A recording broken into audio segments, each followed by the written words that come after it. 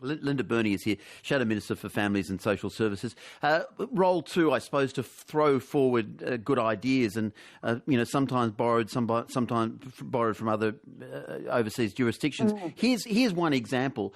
We were talking about domestic violence yesterday to Jess Hill, and we were talking about this sort of, it's a good idea from Britain, but it's a sort of terrifying idea at the same time. They've now developed this system whereby when you're ringing their version of 000, and you're in the room with your domestic violence victim, you're in the room with the perpetrator. Yes. You can't say anything, of course, because you can't leave the house. And so they've developed this thing where you can dial 55 and the operator will know, she's in trouble, without you having to say something. It's such a sort of, it brings you this really creepy image of the peril these poor women are under. One of the solutions to this is to use hospital rooms, as they're doing in France, to give women who are stuck in those situations a way out. Yes, I'm very worried about this, and partly it's my responsibility in the social services space, and we know that there's more alcohol being consumed. We know that domestic violence was an absolute crisis before the pandemic, and who knows what's going on behind closed doors. The example that you've given was from England and from France.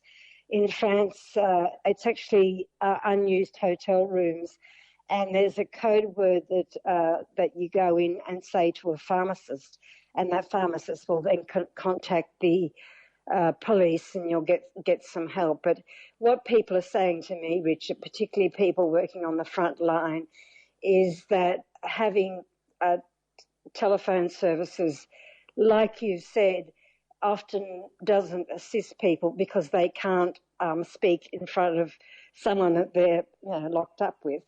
So being able to go to a chemist and say a code word means that you can get some help, and you can say it in front of the perpetrator because they don't necessarily know what the code word is. There are many, many ways to get resources to the front line, and you've just given two examples. Yeah, well, I guess, the bad thing about a pandemic is everyone's suffering. The good thing about a pandemic is we can borrow ideas from other countries, see what works and see what doesn't work, because we're all in this together. Linda Burney is here. Just finally, tell me how you're going. Everyone's got their own perils with the isolation. Some people are quite enjoying it, doing jobs they haven't done for... Have you got their Janome sewing machine out? I mean, what's happening? I do not have a Janome sewing machine anymore, but I am only in my second day of working from home, and I have to say that I'm not great with technology, and the computer does not seem to be responding in the way that I'd like it to. I'm standing in my kitchen about to cook dinner, and I borrowed my daughter's dog for company. Yeah. Well, there's a lot of that going. Someone said to me, actually, they were sort of heartbroken about the idea of this, but they were going to kind of donate their dog for a few months to the grandmother because she was alone, and the kids were upset about the idea, but understood her need might be greater. So, well, she's been wonderful company. I think she's being very tolerant. Love comes in many packages, some of them furry. Hey, Linda, thank you very much.